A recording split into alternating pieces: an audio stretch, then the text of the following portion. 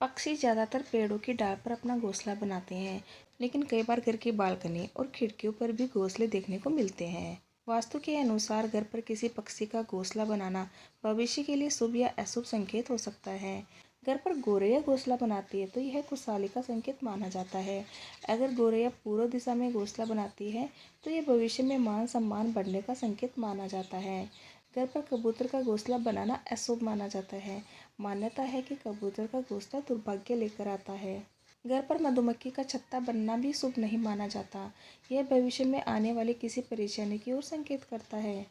घर में अगर चमगादड़ों ने डेरा जमा लिया तो यह अशुभ घटना का संकेत माना जाता है।